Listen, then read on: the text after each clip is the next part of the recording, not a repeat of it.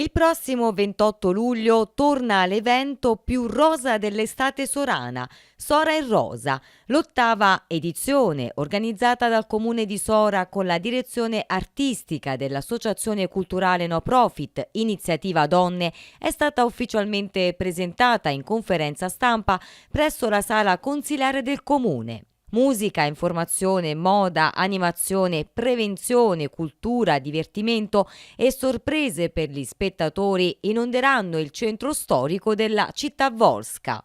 Numerosi gli artisti, i professionisti e le associazioni del territorio coinvolti nell'evento che cresce edizione dopo edizione.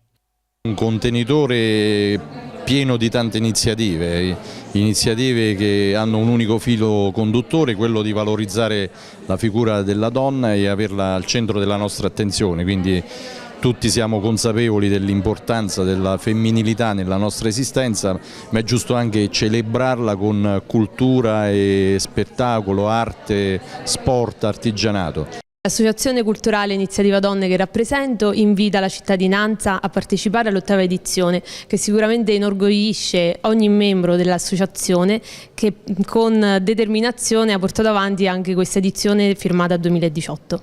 L'edizione 2018 di Sora e Rosa quest'anno è stata inserita all'interno della Kermesse della provincia di Frosinone, Ciociaria Saperi, Sapori e Suoni.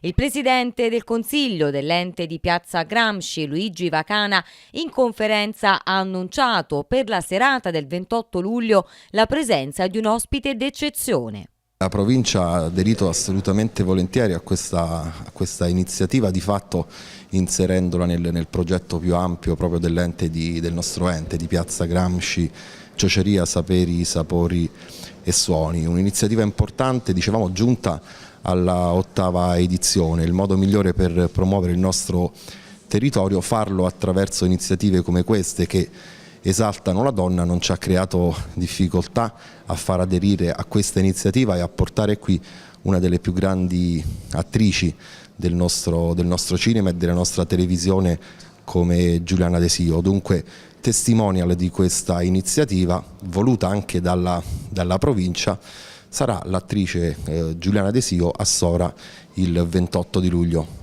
Come di consueto, l'attesa manifestazione in programma il 28 luglio sarà preceduta dalla serata di apertura Aspettando Sora e Rosa, venerdì 27 luglio alle 21:30 presso il chiostro del Museo della Media Valle del Liri. Quest'anno sarà una manifestazione molto articolata con tante novità, si articolerà in 2 giorni, il 27 nel chiostro del Museo Civico della Media Valle del Liri con la 7ª edizione di Poetando in Rosa.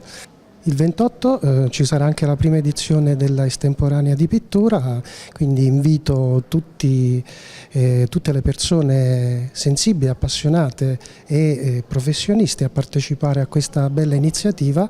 È possibile scaricare il regolamento dal sito del Comune oppure dalla pagina Facebook dell'Associazione Iniziativa Donne.